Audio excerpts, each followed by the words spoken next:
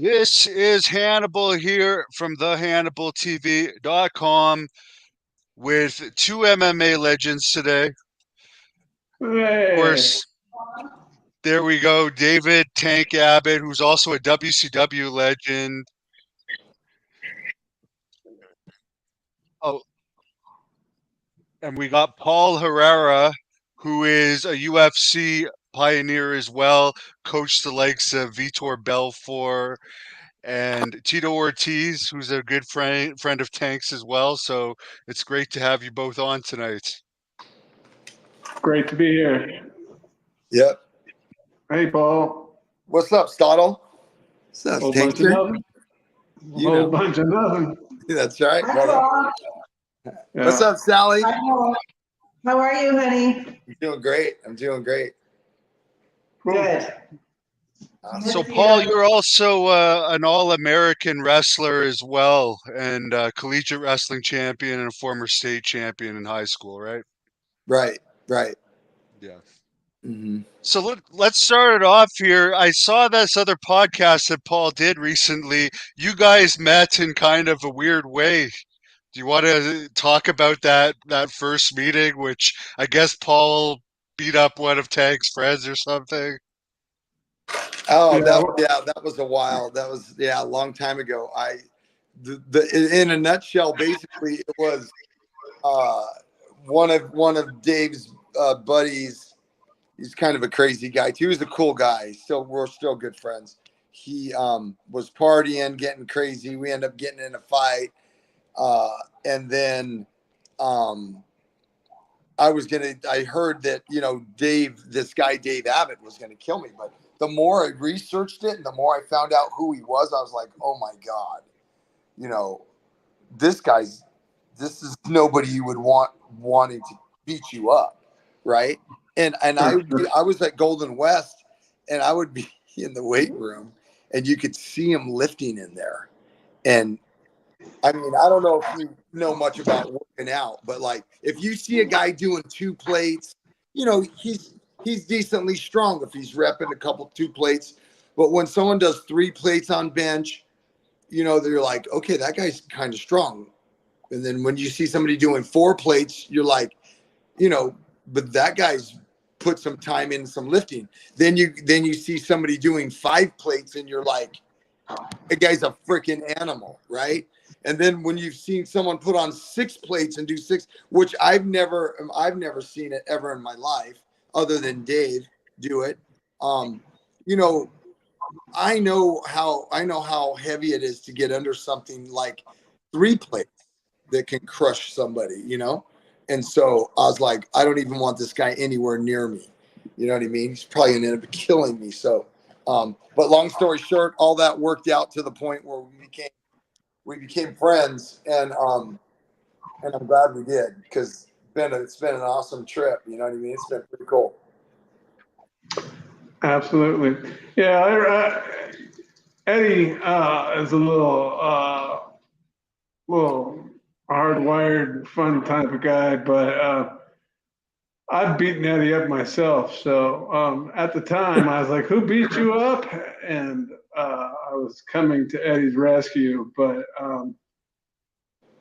after we hung out for a little bit, I went up and I said, "Well, let's find out the other side of the story." I found out, and me and Paul went out and partied that night. And everything was cool. Mm-hmm. We ended up. What happened? Oh, sorry. Go ahead. No, I said some other guys got beat up instead. I was just going to ask about that, because you said in this same podcast that you guys ended up fighting together after. So what happened there? A lot of times. It just wasn't one time. You know what I mean? Yeah. My memory kind of, to go back and count each one of the times, it just wasn't. But I think that was just the thing, is if you were going out and you weren't getting in a fight, it wasn't a good night. Let's put it that way. That's very true. Yeah. That's what you kind of look forward to. Most guys would go out and be like, man, I want to go out and try to find some girl or something, and be like, we want to go out and find somebody to beat up, That would be the thing to do. That was where the fun was, at least, Yeah, what Yes, was the sir. scene like in Huntington Beach in those days? So, see, I was from Colorado, so I kind of got introduced to Huntington Beach like very quickly and ended up falling in love with it. But so my reputation wasn't at all like Dave's reputation was just exactly how he's explained it and how it's in his books as well. He's like, well, this fabricated character, I guess you could say, but it basically he was he was always in some kind of a street fight, but not purposely, not like, oh, this is, something he's the one going out looking for it. He didn't even have to really look for it because there were so many people back then that had no idea what they were doing, even kind of like today, you know, and Yeah. it would just come to you. It would just come looking like I'd be sitting there, we'd be drinking, just kicking back, partying, and I'd see it. You could see the dumb guys that would walk in, and I'd be like, "Oh no, this guy sure is stretchered." And you have to put it in perspective. Back in the day, I wrestled 190 pounds. I didn't get big with a goatee and shaved head until I knew I was definitely in the UFC. And I started lifting and said, I got to get as big, as strong as possible. And so there, all these people want to run around and call me bully and all that kind of stuff. These people out there, just like today, they all think they're tough guys. And then when you hand them their ass, hey, you started it. I would slap you across the face to see if you wanted to go further. And if, like people are these negative comment clowns, oh, he was a bully and all that kind of stuff. How do you think it? And I'm telling you, I got over hundreds of altercations. How do you think I didn't get in trouble more than I did? I only went to jail once, and that's because a cop's son rigged the whole thing against me. Because everybody, my attorney, who was a great attorney, he's retired now, go Jerry Riopel, but he was from Newport, and he knew how to pull the truth out of these guys that fought with me. They started it all, and I wasn't like some guy, oh, I got some secret, I have a gun in my back pocket or something. I was like, hey, you guys want to do it? You can do it. And they weren't trying to kiss me and take care of me. They were trying to hurt me as bad as I hurt them. And so I was no bully running around and everything else. Everybody likes to scream that. So some bully must have kicked their ass at some point in time. But we just went out, and it was crazy back in those days. House parties. It was back at one of the nightclubs where you went, and almost, they took after discotheques, and there was no shortage of jackasses that thought they were tough. And my attorney, I would get in trouble, get handcuffed, taken to jail, let out. And after it all was said and done, it was like, oh no, it seems like the guy that got beat up started it all. Those were the bullies starting it all. They just ran into the wrong guy. Right. And I'm not some clown trying to say, oh, I didn't do anything. Everyone that got beat up begged for it. I'm sorry, I ran off on the mouth there, but man, I'm just telling you, all these people sitting there go, oh, that big bully. Who are these negative comment clowns to say these things? These people wanted to fight me, hundreds of them, and they found out that they shouldn't have done that. Mm-hmm. That's just the way it went. Yeah. And there was a fan that wanted to know about fighting on the pier in Huntington Beach. Was that a thing about the pier, or are they crazy asking that? Well, the pier was just an extenuation of downtown Huntington Beach. And at that point in time, there's maybe like 4 or 5 bars on Main Street and the pier. Mm-hmm. And I hung out at the other end down by Huntington Harbor there. And so it wasn't all that, but it was crazy anywhere you went downtown Huntington. Yeah. Yeah, you're right, Dave. It was an extension of downtown. Just the people would come Main from Street. go to bar, Main Street, and it would just stretch down into the pier. But it wasn't like there was a place at the pier where you fought. There would be a fight, in wherever and whatever bar, but it's kind of crazy. Yeah. That's the guy, the coward that hit me with the hammer that I let up after smacking him around. That's where he used to hang out, down that way. Yeah. I didn't hang out to downtown Huntington Beach, all these people that saw me in the bars all the time and everything. I didn't hang out downtown Huntington Beach until I became Tank Abbott. Once I became Tank, then nobody wanted to start up with anything with me. But before then, you went down there, it's good odds somebody like myself was going to get into an altercation. Mm-hmm. Yes. Paul, I heard you say you were kind of like a celebrity down there once you were on UFC.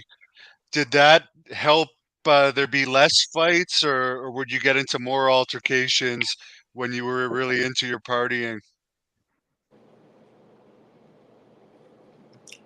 Were you asking Dave, or are you asking me?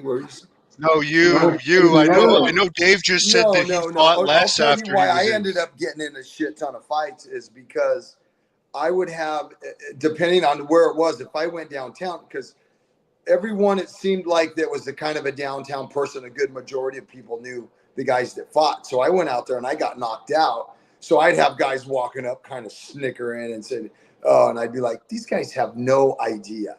None. Right. And if you were going to get into it, like, this is the way I looked at it. And that's why I hit it off so well with Dave, because it was like, look, if you're going to be a man and you're going to step up, like, take your beating or give one. Yeah. You know what I mean? I've gotten shellacked a couple times, you know what I mean? And you have to take it. But the thing I couldn't stand was people, and it wasn't fame. We were a legend. I was a legend in my own mind. I was nothing near like a Tank Abbott. Dave would walk around going out of town. Everyone in the world would know who he was because of what he did and the stamp he made on MMA. Mine was more of like a snicker or some people coming up to me, oh yeah, we saw that. And, this guy. And then I'd be like, and, I was happy at first, but I was very short fused on certain things. And it wouldn't be long before someone would be laid out. You know what I mean? And, but that's why we hit it off so well. Cause it was kind of like, look, you're around somebody that you can actually relate to, that you don't have to sit there and go, man, this guy just stomped that guy's head in, like he's just not a good person, And remember, this is years ago when I'm nothing like that today, because I'd probably be in prison if I was. But it's like, it's just was what it was, and so, but Dave's reputation what preceded itself. It was like, that's the way he was even before. So when he became Tank, I would have to say it mellowed out a little bit more. Hostile, like, it wasn't like absolutely. And there was a thing of anonymity. People didn't know who you were. And then once I became Tank, the whole thing was over with. There's no such thing as fighting in bars or everything like that. Because guess what? I knew I would get in trouble. So friends would have to fill in for me, right, Paul? Oh yeah, that's when the real fun started. I would always say, Paul, oh my God, I got this guy. And he would just go, oh. And he would go up and start talking to him. This is before Paul got on the show. And sooner or later, if those tough guys found out they weren't so tough, when Paul was there and Eddie, the guy that we were talking about earlier, things went down the negative way for most people. Oh yeah.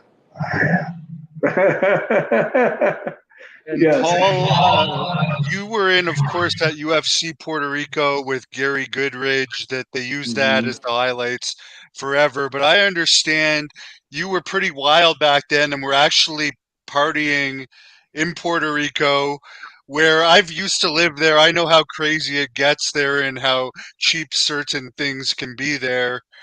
I guess you went into that fight still kind of buzzed from the night before. Yeah, here's the thing.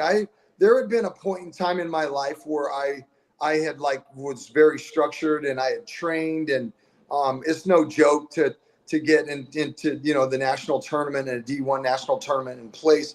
You have to be kind of at a certain level, and so I had that kind of a background in me, but I didn't really discipline myself like that for the fight, and yeah, it wasn't the best preparation, but in my mind, honestly, in my mind, I was spending the 50,000. I thought I was going to win that tournament. Like it wasn't. I didn't think there was anybody in there that was going to be able to withstand what I thought the tools that I had at the time. And so, And if I could chime in there, that fight against Gary Goodbridge or whatever his name is, Bridge, he had a tape of Paul training, and he knew that a high crotch was coming. And they set that whole thing up. I don't know how they got their hands on Paul, but he was at the advent of VHS cameras and all that. And Paul was making some videos of how to fight and everything, and that ended up getting to Gary Goodridge, and so he knew exactly what was going on. And Paul, in a fight, from what I've seen of him, is very calm, and his high crotch. And I've wrestled with this man for years, hundreds of hours on the mat, and he could still get his high crotch on me every now and then. And I know, so when he shot that high crotch, I was like, yeah, no big deal. And Paul's all calm and cool and collected, like, yeah, no big deal. Unwittingly, not knowing the fact that Gary knew exactly what was going on. So he sat right up. They sat around. They must have sat around for hours and days even, and perfected a counter to his high crotch that fall to your back and all that kind of stuff. No one was doing that in those days, and I hardly gander that anyone's doing it to these days. But they knew what Paul was going to do, and they were all ready for it. And we all saw what happened to him. It was just bad luck and bad timing. Otherwise, he would have got on top of Gary and knocked him into another world. Yeah. And There was a lot I of can stuff tell you, don't underestimate Paul here. Like, I would bet my last dollar in my life that if he was to fight Tito, I would put my money on Paul. It wouldn't even be a fight. That's how easy it would be. And trust me, I've got hundreds of hours with Tito and Paul on the mat, so I know how Paul thinks, and I don't know if Tito can even think, but it wouldn't be a fight even. Wow, I chimed in long on that one. But it's actually true. Yeah. There's a fan that wants to know, Paul, why you didn't fight again after that UFC in Puerto Rico. I did. I actually fought 3 other times. Or 2 other times there. It's just back then the stuff's not out. Like I have a couple of the fights. Yeah, we did. I put on some Hitman shows. We fought in them. I had a bunch of guys fighting in those as well. And because back then it's not like it is now. People are like, they should be fighting. Like there's fights every weekend, right? But back then there was the UFC, and there might have been something going on overseas, and that was it. There was no other shows. There wasn't. If you were fighting, you were doing it outside or in a bar or going to jail for it, or or you were lucky enough to be able to actually get into the UFC. You know, Right. there wasn't fights like today. Somebody wants to know where's Eddie Ruiz now, and I'm probably pronouncing his last name wrong.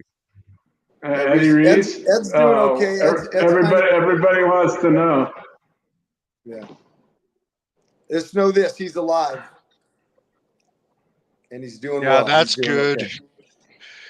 Okay. Tank's already answered his version of this, but Hector wants to know your version, Paul, of the cocktail party fight with the Gracies.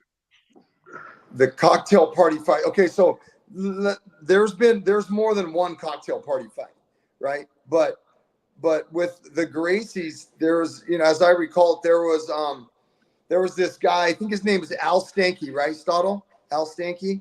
Yeah. Yes, Al Stanky. I'll be right back. Yeah. So Al, there, you know, everybody was in there and they were drinking, having a good time, and he was, you know, they were kind of loud, and he was saying some things, and I'm like, bro, they were talking. Always Dave's name would come up in other fighters' discussion, like was this, I don't know, he was just the type of guy where people, you know, it's kind of like, I want to say the truth, where they were afraid of him. It was different. It wasn't like you went into the cocktail party and everybody walked in, people would be like, oh, hi, how it's going. Like, he'd walk into the cocktail party and people with us, and it'd be like, uh-oh, you know what was about to go down. That wasn't like an inviting, let's go hug Tank. You know what I mean? Wasn't one of those kind of things. So this guy, Al Stanky, said something, and Dave swatted him off his feet. And then everything broke loose, and it never failed for me, man. I worked construction at the time, and I loved glasses, like with the clips, the Armani glasses. So I just got my old Armanis fixed, and I had some new ones, and this guy, and they got knocked off my face again. And I'm on the ground and I'm blind as a bat, and I'm trying to find my glasses. And as this is going on, I look up, and all hell is breaking loose. Like, there's people fighting all over the place, and things were just going, but it was mostly us. But that was all kind of chaos. And then I remember, I think Coleman had jumped into that. And then that was one of them. I don't really remember too much of it. I saw a video. Didn't we have a video of that? Stottle, there was a video, right? Yeah, somebody had it. Yeah, but wow, man, that was crazy. But yeah, but there was always, we weren't there for like a sporting event type thing. It was it was the real deal. This is that's crazy. It's not like, it's like I use the analogy of wrestling, the sport of wrestling. It's not like, oh, a bunch of wrestlers go to a tournament and find out how to wrestle, and then we're going to go out and practice our skill and compete in our skill, and then everything is going to be hunky-dory. I mean, it's more emotional at that stage. Yeah. Like, you're going to get into a fight for a reason, and you're going to beat people up, and you want to hurt people. Yeah. And it was not like, all these people have turned the UFC into like a sport and a skill, which is understandable. That's fine. But our point of view at that point in time, we were from the street and fighting, and like, it's kind of been taken over. Everything in the UFC now is like the sport of amateur wrestling with punches, you know, and you got submission, and then you got this whole contingency of people that want to be tough guys, and they run around and like, oh, you don't know this, and you don't know leg locks, and you don't know submission. And I brought it up before. You have to have a fighter's fortitude. I know a guy that basically I know many that just basically have a skill set of high school wrestling, but because they're mentally tough ass kickers, they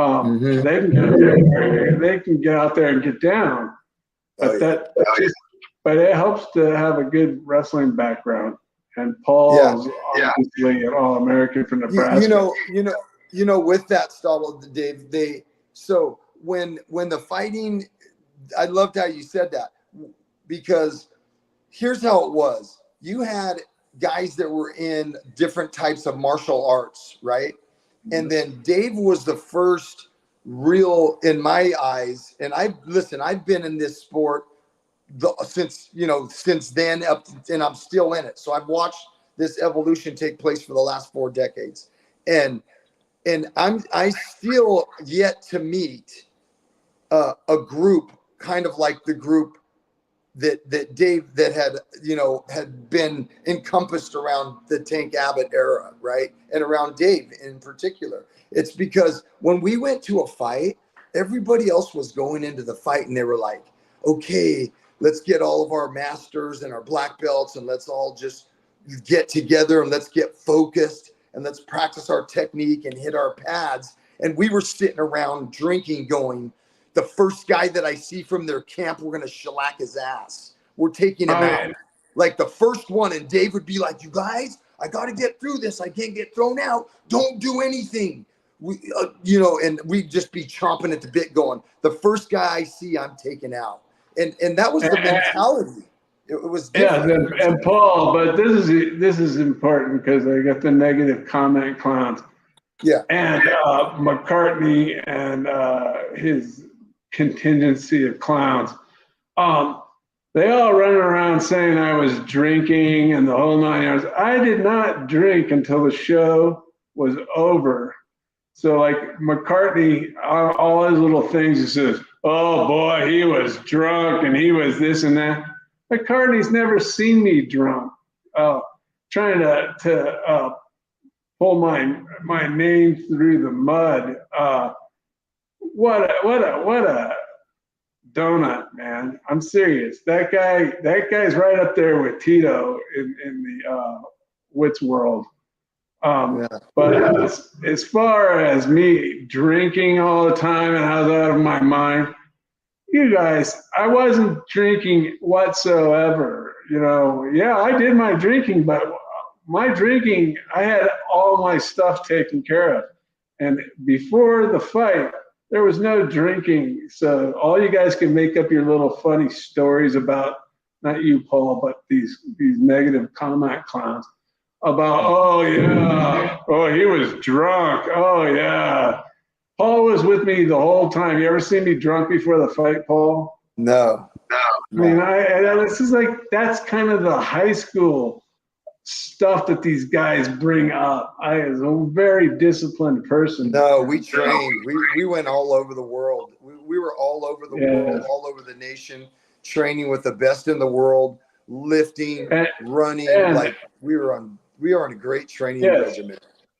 Yes, and but after the show was done, woohoo, let's have fun. Period. Oh man, I would say I always needed a vacation from the vacation because, and I'd usually end up almost in the hospital. Honestly, I'd be like, oh, Yeah. I'm a hardcore person. I'm a hardcore person, and anything I do hardcore, I do. Obviously, it cost me my liver, but. As far as me, you actually. Oh, sorry. Go ahead, Tank. As far as your rumors about you drinking. No. As far as me being drunk all the time, what a jack off. Sit there and say that, and then he says, "Oh, like I didn't." He contradicts himself all the time, and all these people go, "Oh, well, I kind of believe him because he's the ref and he's a cop." I don't tell stories, man. I tell it the way it is. I don't need to get myself over. These everything that McCartney says, he says to get himself over. I don't need to get over. He's just he's like one of the goons from high school that took a martial arts class, which happened to be jiu-jitsu, and they made him a ref. I mean, really, I'm sorry I'm going off on this tangent, but who the hell who's Big John He's a referee. Like I discussed this on the other things. That's like talking about Robbie the ring builder, man. Who cares? It's like he's a nobody, and he's an arm wrestler, so he knows about fighting. Obviously, he couldn't do anything in the Gracie thing. Why did he? How come he's never been in a fight? How's your thing? I'm gonna let it be. I'm sorry, I'm going off on this rant. Talk about it.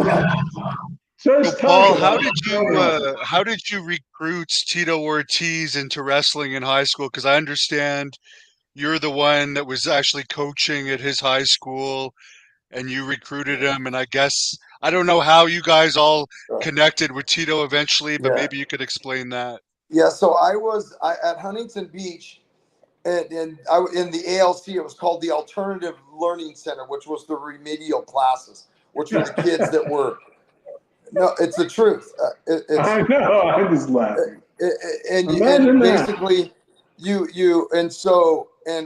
was in ALC, the Alternative Learning Center, around, and so there was a couple of classes where and so when I first got there, I had already been coaching as a graduate assistant at Nebraska for that year for a year, and then an undergrad for a year, and so I was like, you know what, and the way to go in was, you find out who's on campus and you find out who the toughest kids are, right?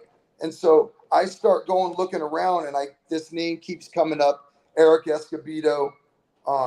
He was a real good wrestler, and Tito. These names kept coming up, so I went on the hunt looking for some of the tougher kids in the school so that I could form a wrestling, a good wrestling program, and we actually end up placing in masters and winning CIF, and doing well in state as well as a team. But that's how I actually came across Tito, and Eric at that time. That's how I met. Came to meet him. So, Tank, how did you become involved in that? Was that through Paul as well, with your relationship with Tito?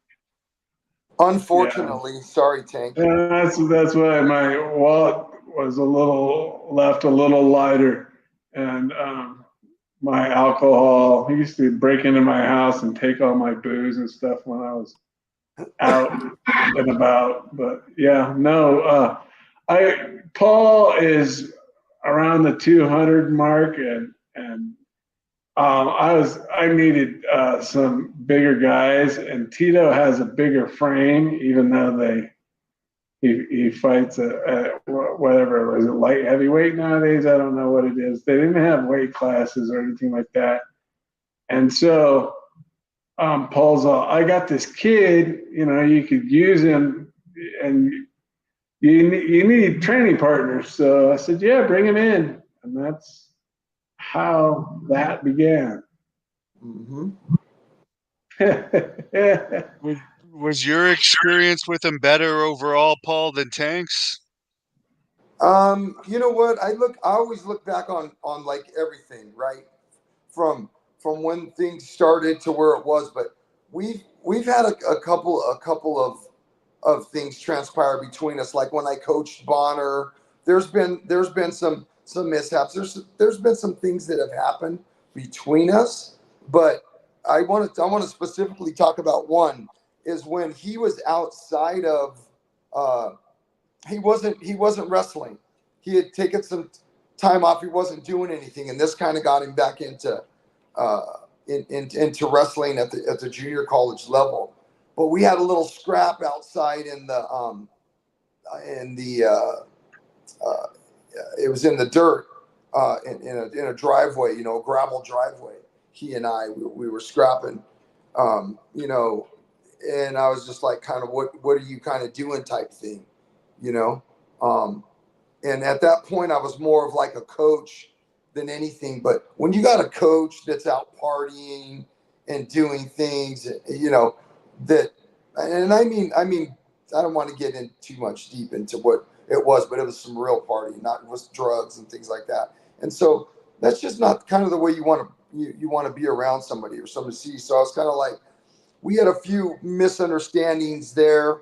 Um, I mean, I've never once said this person is like this or that person's like that, but we know between each other exactly how we are. And when you have several people in a group that's around you saying something, and the common denominator is you, like, hey, this person is this, and the common denominator is, oh well, you're that person, right? Then that's who you are. And me specifically, you'll find out through MMA, through these decades that I've been involved in it, that hey, I am who I am. And Tito's kind of made out his own reputation. And Dave is just the kind of guy that doesn't hold back any punches. You know what I mean? And he tells it like it is. And what he talks is the truth. Like, here's the one thing I know for sure about Tank. Now, it might be his version in a sense, but he's not a liar. When he says something, it's the truth. When he talks about things that have happened, it's the truth. When he says a person might be this way or be that way, to me, it's the truth just knowing him. Now, yeah, the person might say this or that or come back with some kind of rebuttal, but Tito himself, I mean, if I was to look at it, I'll just put it to you this way. And I'm kind of pissed off about this, Loopy. Okay. So you're going to hear this and you're probably going to see this podcast, and that's okay. Right. Because I got some love for you if you just answer your damn phone for other stuff. Right. But if I'm going to take a time out and text you and you don't text me back, okay, don't forget who I am. Don't let the gray hair fool you. You understand? Everybody's a man. You got to be a man. And if you're not the kind of person that someone can say a positive thing about you, right? Say positive things about you. And people that have known you say negative things about you, I tend to believe the people that are saying the negative things, if there's more than one.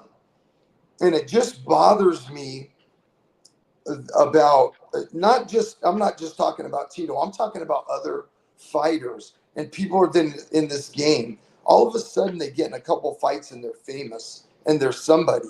And then they forget who you are. They forget that you're their coach. And this is how I was as a coach.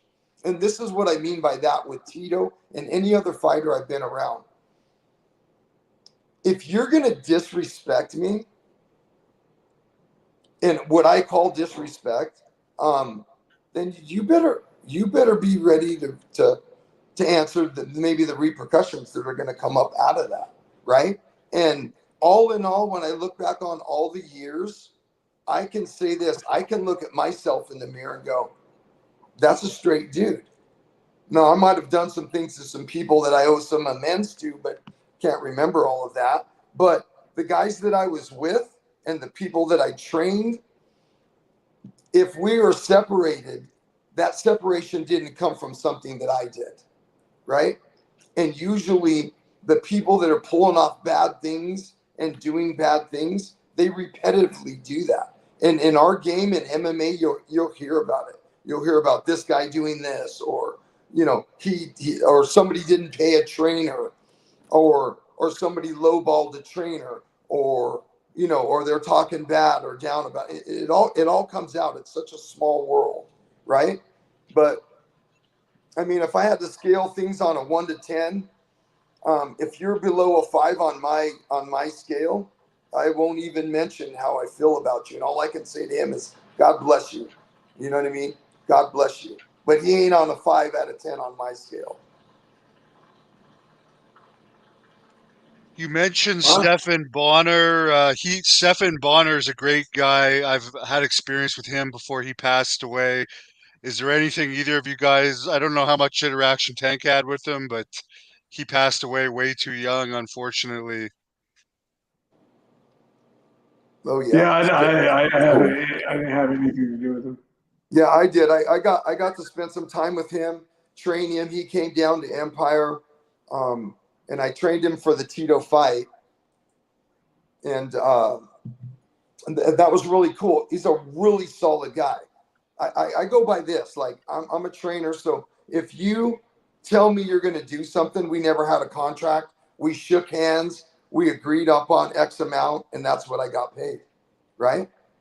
And to me, that's a stand-up guy, right? It's a stand-up guy. So, and the dealings that I did have with him was a really, really hard worker, right?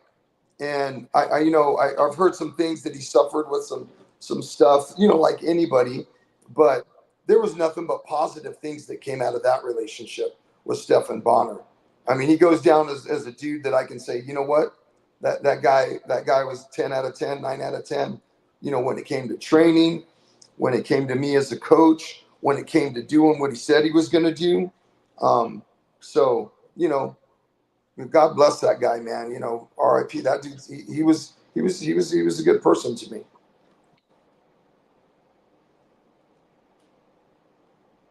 Well, Tank, that did you sounds have cool. any contact with him? No, you know what? I never had any action with him. Passing by at Paul's gym here and there, I'd say, "Hey, what's up?" That kind of thing. I went and watched his fight, and with Tito, and that was it. And nothing that I could make an assessment on.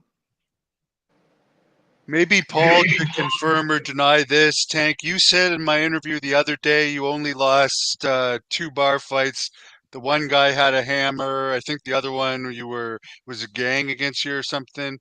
Could Paul and you guys answer this fan's question? Well, Paul couldn't. He might know of it. He knows about it, but I wasn't there. I've never seen you lose in a bar fight ever. well, yeah. And the gang of people was a bunch of security guards, and Eddie, the guy that we were talking about, was in a fight with these guys from the East Coast, and it used to be called the Red Onion. It's actually got its own Oh yeah. fame. Everybody knew about the Red Onion, and I lived right around there. And I saw Wilt Chamberlain in there. Everybody went to his club out there. Guess it's called a club. But there's a bunch of East Coast guys with hockey jerseys on, and once again, they crossed my path, and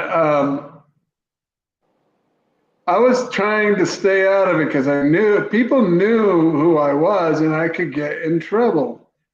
And so Eddie, the guy that Paul got into it with, ended up fighting one of these guys with a hockey jersey on from the East Coast. They were there for us at the Red Onion. And Eddie isn't a big guy, but his heart and balls are. So he was, let's go. And he was fighting like their big guy with the jersey on. And he was on top. No, they were mixing it up. Anyways, Eddie took him down over a speed bump, and they were like going, "Yeah, this is going to be great. This little guy's going to get his ass handed to him." Well, at that point in time, everybody was jumping in and everything. I went for a suicide clothesline on the guy, and I took off running, to give Eddie some space, and I took his head off. He was on his knees. He was like in the mounted position. And back in the day, I had a rain spooner on. These things are awesome shirts. They're like my fight jerseys, spooner cloth. Anyways, I clotheslined him, and he went flying back, and everybody said, "Kill the guy in the shirt, flowered shirt or what have you."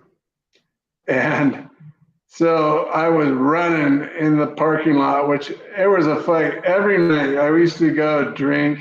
We wouldn't even go into the club. We just park outside and watch the fights as everybody left. And everybody would kill the guy in the shirt. And so everybody was trying to kill me, and they tackled me down, and the security handcuffed me. And this guy was kicking me in the face. And every time he kicked me in the face, I'd go, "Fuck you, motherfucker," and he'd kick me again. And I just keep on taking them boots. And that's when my head looked like a basketball. I ended up getting arrested that night with Eddie. And they took us to jail. And when I got out of jail, I got home, I went, whoa, I look like the Elephant Man. And then obviously the other one. And someone commented, and you said something about this. Why were you having drinks with this guy that hit you with a hammer? The reason being is retribution. And he's the kind of coward that would have called the cops and done whatever and try to sue me because I was Tank. So I was just jockeying in for position to get one-on-one with that guy. I came really close, and I've come to figure out that he was aware of it. I come really close to getting what he deserved for his cowardly act. And he still walks around that town as a sucker punch king. I don't want to say his name, but I bet you Paul knows who he is.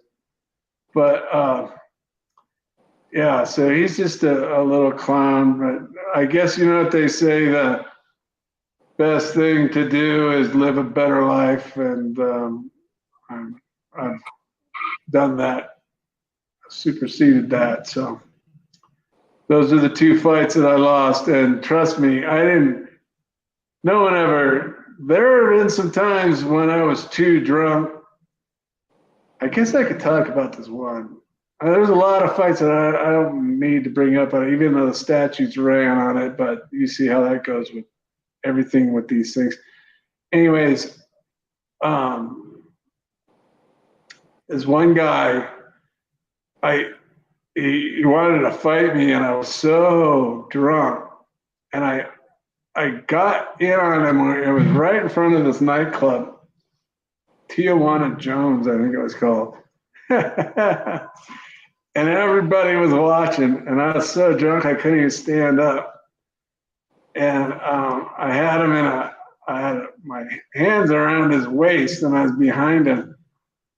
And he starts yelling. I started inching up his ribs, and I got right underneath him, and he started firing these elbows into my face.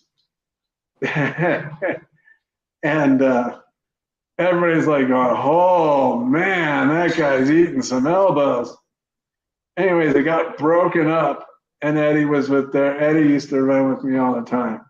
And he's all, Dave, man, what the hell's wrong with you? You can't let that happen. And I go, I know. And so he was maybe about 40 yards away, and I started yelling at him, and he stopped. He goes, come on.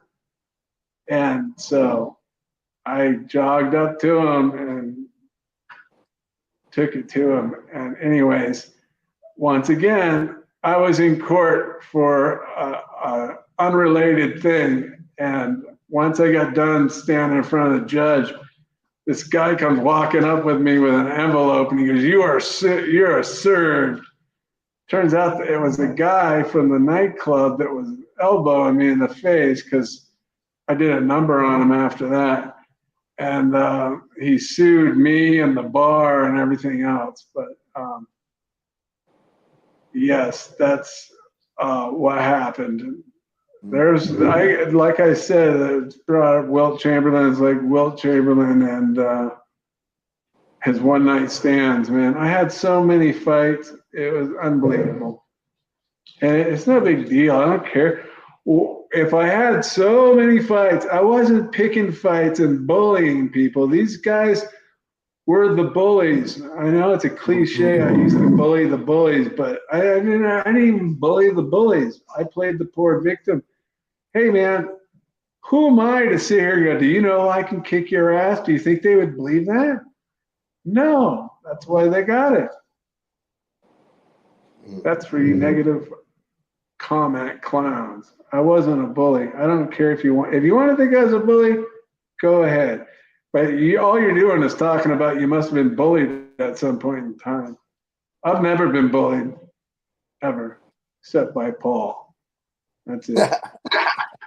Yeah, Paul, I know Chael Sonnen worked for you in your Hitman promotion, and Tank knows him too. Do you guys have any thoughts on him? Oh, Chael's a stud. I really like Chael.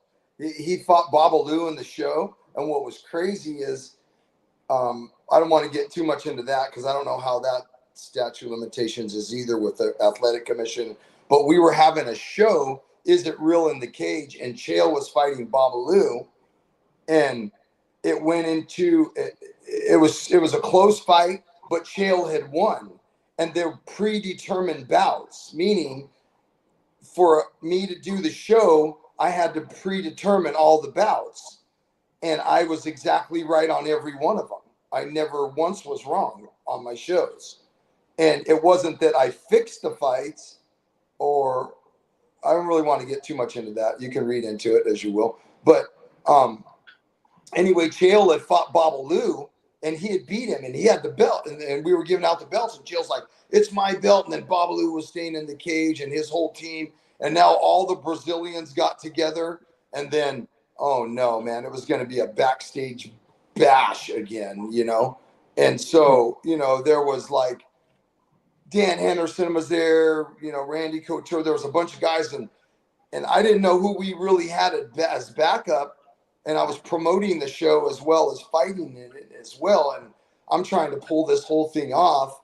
And then, but Chael had won. And at that time, Chael, to me, was one of the best 185 pound and 205 pound fighters at that time that we could find to even get into a show. So, and I've had other you know, dealings with. I've ran into a few times when I see him. I just think I really like Chael. There's people, you know, that you can, you know, I'm going to tell you if I like them, if I don't like them, you know, they might like me and might not. But Chael's a solid dude. He's a really cool guy. I will tell you a Chael story that you probably won't hear from the, was it the original bad guy? Something like that. I think that's what he calls himself. Me and Paul, when I knew that I was going to be in this Ultimate, it was in Denver, I believe. So I needed to go train in altitude, and there's a heavyweight that Paul knew and I knew and everything else that worked out at BYU. And so we went there and stayed there for 5 weeks, give or take days or whatever.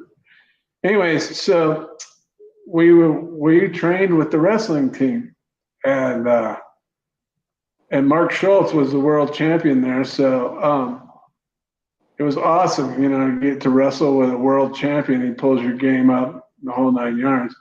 Well, we got into practice, and I guess they had been talking amongst the team, and we walked in. It was right before the practice started, and Chael jumps up, and at that time he's a little guy type thing. He must have been like 160s maybe or something, and I was in the around 270 mark. Anyways, so he's wanting. He goes, come on, let's go, takedowns. I'm like laughing, like, you know, like this guy's gonna. He's, you know, like playing around the character that he acts and is. And I'm like, really? Come on now. And I was leaning up against the wall before practice. And I go, okay, because he kept on pestering me, and I was prepared to smash him like a bug. Well, I go out there, it wasn't too intense, obviously. And sure enough, he shoots a low single and took me down in front of the whole team, the whole 9 yards. And I just go, oh my God, I can't believe that. And he got up and he's like, yes. And he points to Mark Schultz, because I told you I could do it. And I'm like, oh, wow, I can't believe that just happened. But yeah, that was my first memories of Chael. Low single. Paul, I know you fought Frank Trigg in a bull ring, one of the greats in MMA too. Do you have any memories of that? Man, that was, yeah. We Eddie and myself and another guy, I think it was Bobby Gamboa. We went up there, and it was so crazy because as we're into the fight, if you went out of the ring, but I just remember, dude, we went through a war, and towards the end of the fight, I don't even know if it was the second or third round, but it was near the end of the fight, and I had him in a guillotine, and he went out, like his rear end and his legs, not his legs, but his rear end went out of it, and I had it, and it squeezed, and I figured I choked, like kind of choked him out. I can't really remember if I choked him. I think I did. And then, he got back up, but the ref said he was out of the ring. But I'm not sure if you've grappled, maybe you have grappled and stuff. But when you go everything you got and your arms are flooded, I hadn't trained. I said, I was getting ready to go. David got me a fight with Sakuraba. I didn't know that's who I was fighting, but up in Japan. And I go, I better get a warm-up fight before that, right? And so I just went and, did this fight, and it happened to be Frank Trigg. I remember warming up, like getting ready, and I hadn't even trained. And I remember looking over at him and just seeing his ears and his face and watching him jump rope and going, what the hell?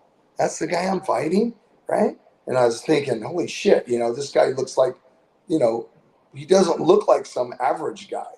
You can kind of tell by glancing at a guy's face and his ears and everything. And so we went in and we had a war. It was a war. But after we got done, I went up to him. I mean, after it was outside of the ring, he came back in, and I go, hey, bro, you win. And he's like, I won. He was all excited, that he had won. I go, I'm done. And just walked right out of the ring and just started puking outside of the ring. And as we were walking back, because I think Bobby got shellacked in his fight, and all the people in the bull ring were throwing water bottles at us, going, "You California quitters!" They were yelling at us, and we were just rolling. We were laughing, and we're all, "Screw you guys!" And they're throwing bottles and stuff at us. Then Eddie gets pissed. And dude, we ended up fighting with a bunch of people in the crowd, right? And a couple of the guys we ended up fighting with, they ended up coming backstage and kind of making up, and we ended up going out partying with them. But yeah, that was my experience with Frank Trigg. That was back. That's how it went down back in the day. Like nowadays, it's like a wrestling tournament. It was different then. Yeah. Hank, I know this is just going to fire you up, but you got a hater on here saying Elaine and Big John have done more for MMA than everyone on this podcast. Well, I don't count myself anywhere near you guys, so I'll let you guys respond All right. to that. Maybe he has, maybe he hasn't. I don't know. What did Big John do for you there, pal? Is there any skill in dressing up like a zebra and going, let's get it on, are you ready or whatever? I don't even know. And everybody here, can you answer who was the last fight you had? I don't even remember it, but I do remember it because Paul was there. He came and got me on my deathbed when I was waiting for it. But I don't know who the ref was. Do you know who the ref was with George Foreman and Frazier? Do you know who the ref was? Big John is nothing but a liar, and Elaine is like a Karen. He said something. I was just like, he said, I didn't check. Everything that he says about me is negative, if you ever notice. And I'm struggling to find something good about him, but I still can't. Anyways, he said, I've never checked who Dave Abbott was or anything like that, right? That'd be against the law. In the same breath, he then goes, Oh yeah, but I asked my buddies down in HB if they knew who he was and everything else. If you never checked on me, why are you asking your buddies? What? You don't make any sense, John. Everything you say, are red herrings. You broke up the fight. It's on video. Open your eyes. Those were the rules back in the days. There were no rules. And so for him to go in and break it up, just take me out of the picture. Randleman versus Boss Rutten. He goes in there and breaks it up because what? Because there's a bloody nose? He affects all many fights, and he's biased and corrupt to what he likes because he went and did a jiu-jitsu class before anybody knew what it was. And you know, for you to sit there and back Big John, how come Big John isn't the ref anymore? I quit. I left the UFC because there was not going to be the UFC anymore. John McCain was banning it. I left. How come Big John's not there anymore? He's such a big, popular guy and everything else. How come he's not the ref at the UFC anymore? I don't know. And then there's one of the little podcasts. He's got this little toy-looking guy. I don't know his name, Josh or something. It doesn't matter what size you are or whatever. I used to have to sit around and watch little guys wrestle till my class. They're entertaining, but you know, when you're a little guy like that and your brain matches, don't bring up Campbell McLaren. Like and these guys argue like they've never had a college philosophy class in their life. I don't know what it is. And what's his name? Even Campbell McLaren said something that he's a sociopath. Dude, you must be a sociopath. Not even a sociopath. You must be into hurting yourself. Was it a masochist or whatever? We'll get into that too. For bringing up Campbell McLaren's name, how come you think that nobody knows who Campbell McLaren is? He got shown the door quite early in that production, and his only thing I seen is bring up his head, pop his head up was the Tito fight against that Del Rio guy. Did you see what a clown show that was? That's who that guy's quoting. Oh, even Campbell McLaren. Are you kidding me? That's like saying, even Tito Ortiz says 2 + 2 is 5. And, you know, let them go do whatever they do. Let me tell you something. This thing, and it's called a red herring. And when I said he broke up the fight for no reason, he did.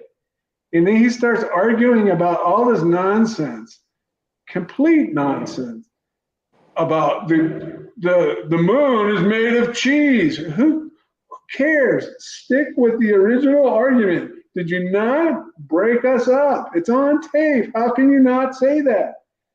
And for him to make up all these excuses, just remember that tape and all those tapes came after the fight. So they could say whatever they wanted to say about that. And it's just amazing. He goes on and on. McCartney is just a piece of work. And what does he do now? Well, why does he have an expertise in fighting? Because he was an arm wrestler? No, he's got a bias because he wants jiu-jitsu and skill to overtake what he is obviously not. Has he ever done anything fighting-wise, combative-wise? Like, did he ever go in the wrestling room in his whole life? No, I don't believe so, or I think we would have heard about it. And then for him, after the Paul fight and the little skirmish, it was nothing more than a skirmish. for him to run around and play like his big, what is it? Oh, Big John, I'm the referee. These are fucking clowns that running around like saying, oh, Mills Lane or Richard Steele. Woo! He's a ref. Who cares? And he goes to the boss, whose owner then was Bob Meyerowitz, and he was chuckling, going, I got to get your knee surgery. I'll take care of it. Don't worry about it. You're still on contract. Don't even pay attention.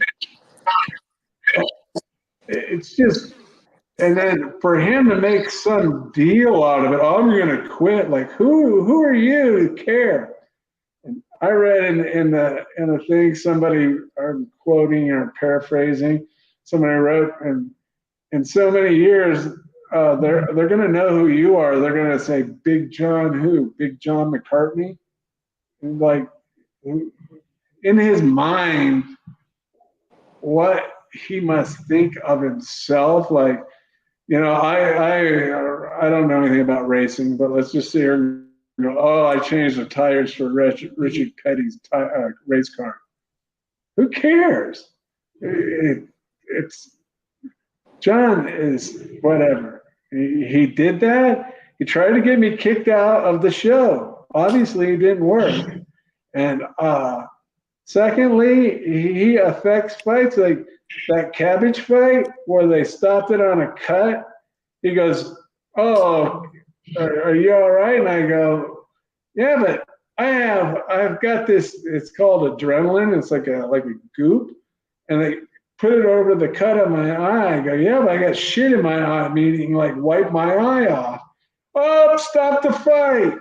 Obviously, I got retribution. I went back to Hawaii and took him out. But that's the kind of stuff. Any little break, any little tweak, that's what he would do. I always had to smile and sit there and say, hey, I obviously am not going to fight again. But so that's why I will say things. But back in the day, I had to sit there and smile and go, hey, how you doing? Good for you. Like Paul has a good relationship with him, I guess, but whatever. That's just my point of view. I mean, it's pretty easy to see. Turn on the tape, and you'll see it.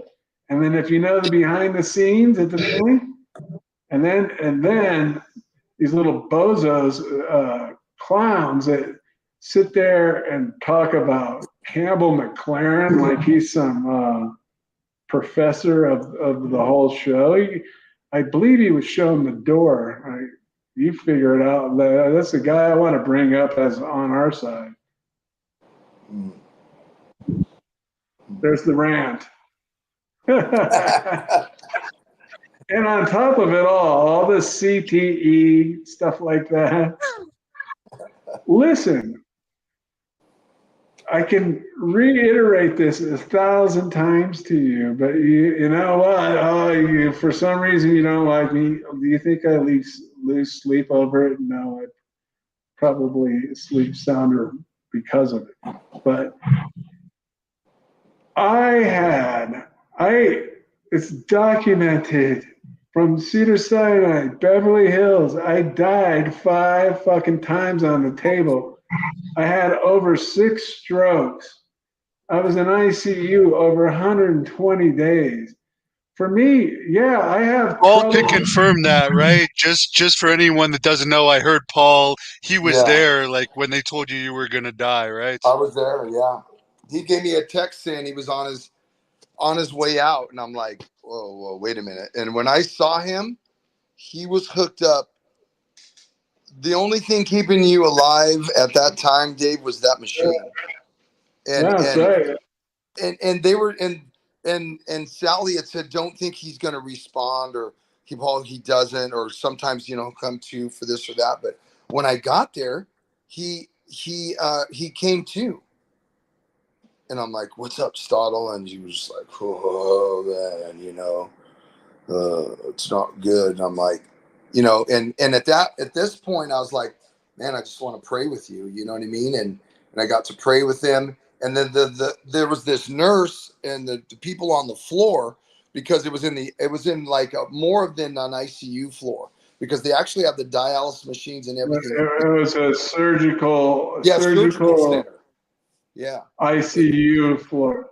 Yeah, they could do it right there on the floor. Surgery right there on my bed. Yeah, it was crazy. And then they were like, he's not gonna, he wasn't on a list and this and that. And Sally was really sad, he wasn't on a list. And then the guy had told me that day, he's like, no, somehow he got back on the list, right? I had called Sally and told her that, and she was like, Paul, stop messing with me, and I think she remembers that. I'm gonna have to talk to her about that, because that kind of came into my head the other day, and when I was listening to your podcast, and somehow or another, dude, you got on the list, and then it all worked out, and thank God you're here today, And I was gonna say this. There was a lot of like what you were saying, your things that we're talking about, but there's you get to hear someone's experience in that, but I'm not sure if but there's some people out there that have actually read the books, but I wanted to say this about it.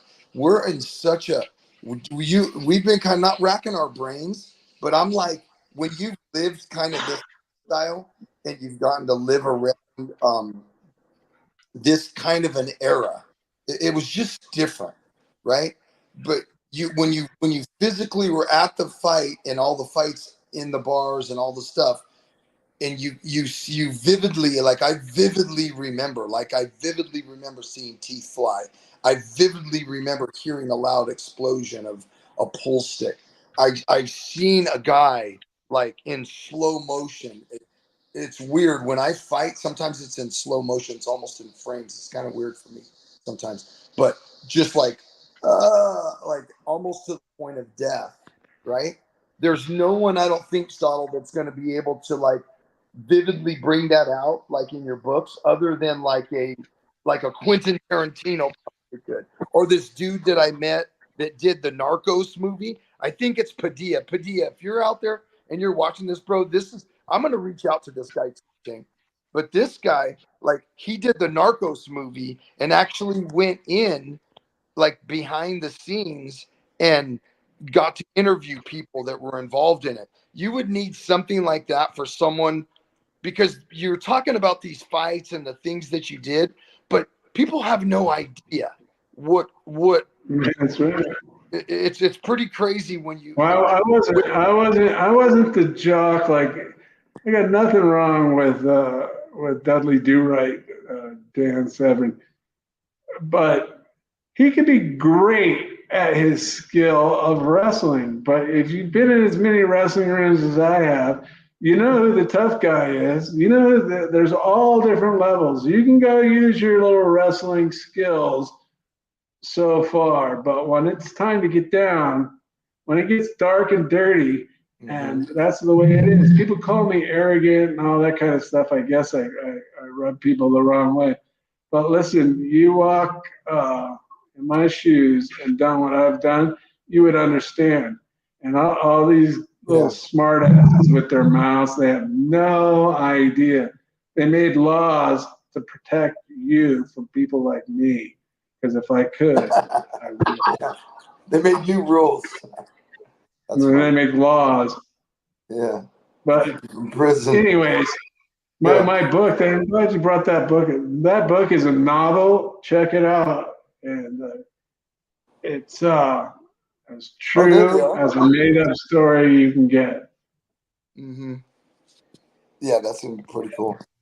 And it's available on Amazon. The last guy I'll ask you about, Paul, because I know you got to get going, is Vitor Belfort. Of course, you helped train him, and Tank is very familiar with him.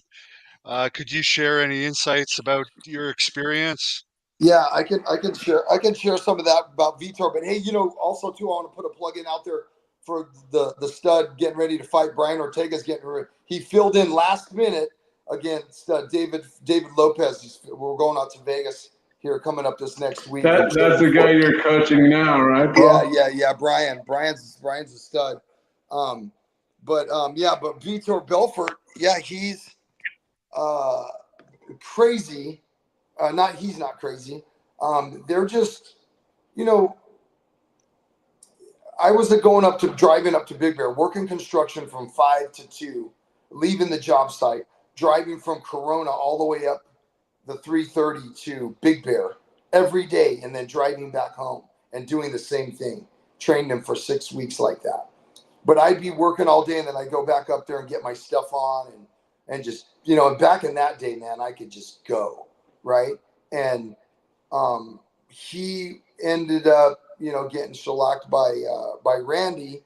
But, and then the other fight that he won, he cut his eye. But the experience with him was positive. It wasn't negative. What was negative about that I'll say is there was his investor at the time. And imagine, I'm driving up there, I'm going up, and this is one of those stories where, people, and Vitor probably doesn't even know this, but the investor who was supposed to pay me for this camp did not pay me. So I put in a 6-week camp, did not get paid for it. But I don't think that was anything towards Vitor. We never really talked about it after that. And I've never really even ever mentioned this on air or anything. I don't even know why I mentioned it. I probably shouldn't have. Well, actually, yeah, I should have, because that investor would know who he is, a punk. But it didn't have anything to do with that.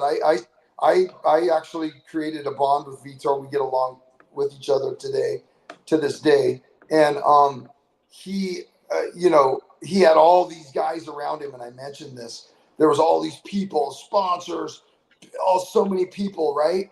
And then after he got beat up by Randy, and the cage was full of blood, if you remember that fight, he was covered from head to toe in blood.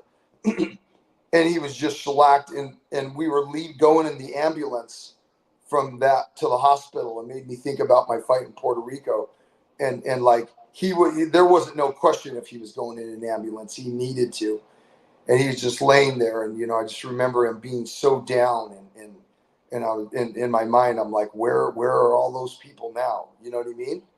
And I'm like, you got to take your ass whoopings like a man. You know what I mean?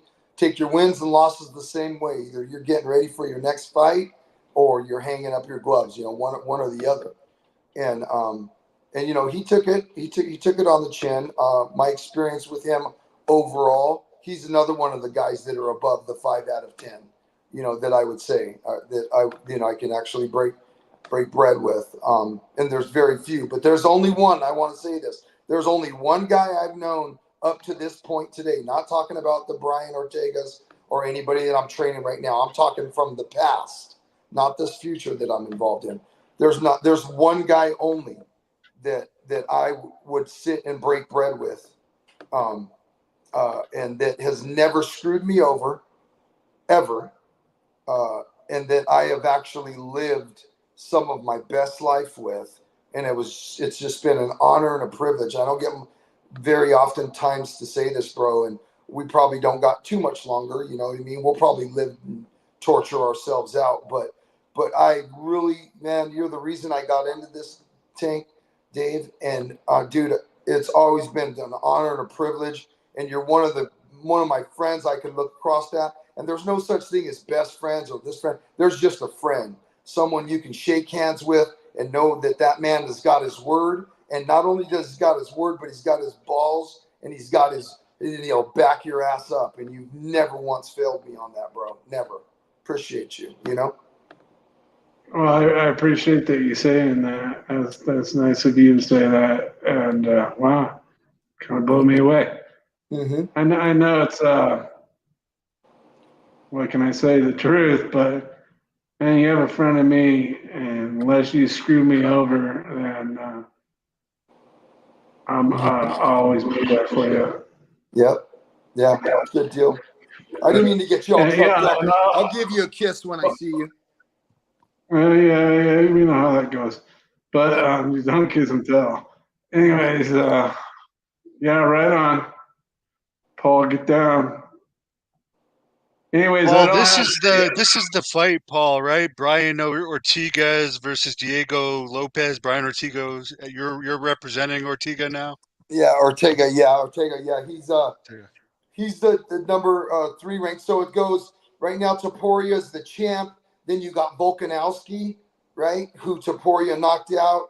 Then you got Max Holloway that just knocked out in the BMF title and won it, Gaethje.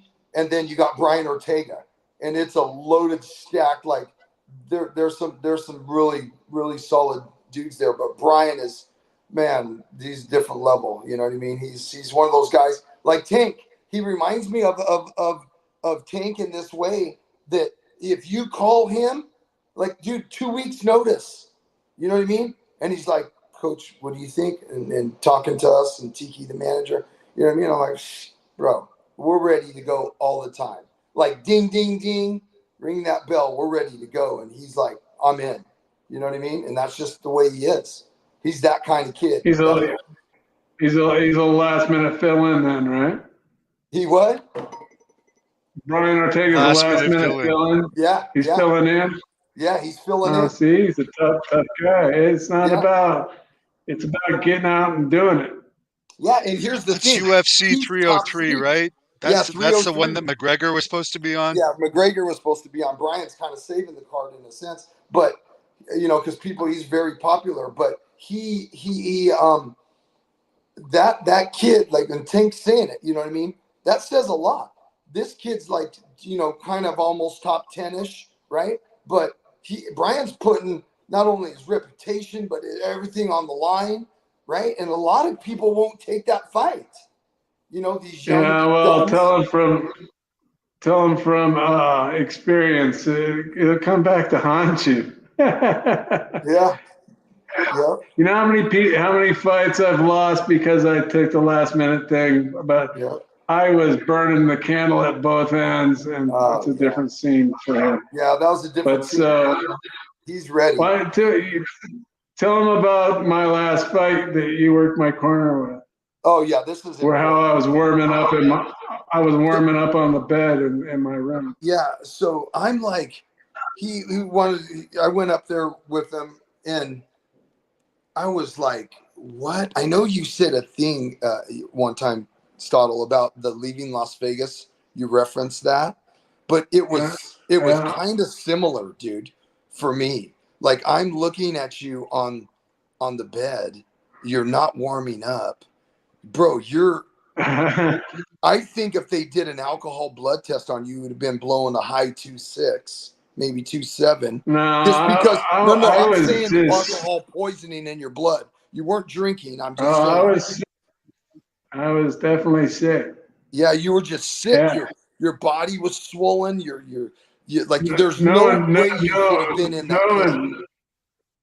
No one even knows what we're talking about, but it was my last fight at Indian Casino, and I tried to fight Severin a couple months before that, and I couldn't pass the physical, and so I was the headliner of the show, and I had like an hour and a half to be down there behind the curtains. I said, hey, man, I'm going back to my room. I went up to my room and laid down on my bed, and I told Paul to come get me 10 minutes before the show. And at that point in time, I was okay with dying in the cage. And you were close. You were close. I was going to say. And then I went up there. Physically, you were close, Dave, to dying. And now that I don't think that anybody else would have gotten in the cage. Yeah. Now that I know that the actual prognosis and the diagnosis, I guess you'd say, of what you were diagnosed with and what you went through, now I know there's no way you should have been in that cage at all. And you just, it's just crazy. It's crazy to me, you know. But hey, that's it. That's you know. Whatever. I made it. Anyways, and absolutely, I've got 4 in my head. Nice. Yeah. The next one's going to be called Crazy Train.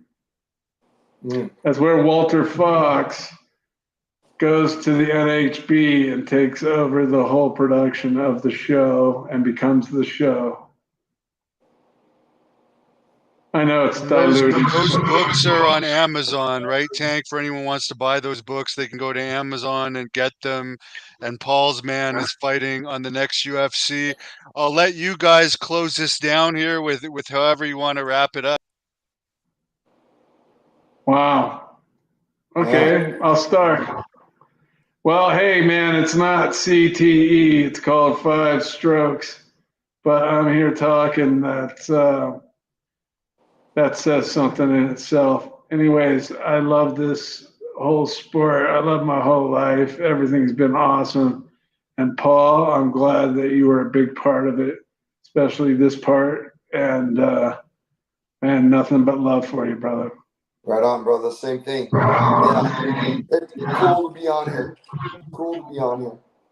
Yep. Likewise. It's been good. A lot of good stuff. A lot of good shit to come. Hey, we're gonna go to Vegas. You're gonna go to the fight, right, Stoddle? Yeah, well, I'll talk to you about it. I'm planning on it. Yeah. Okay. Yeah. I'll talk to you about it. That should be pretty cool. Planning on it.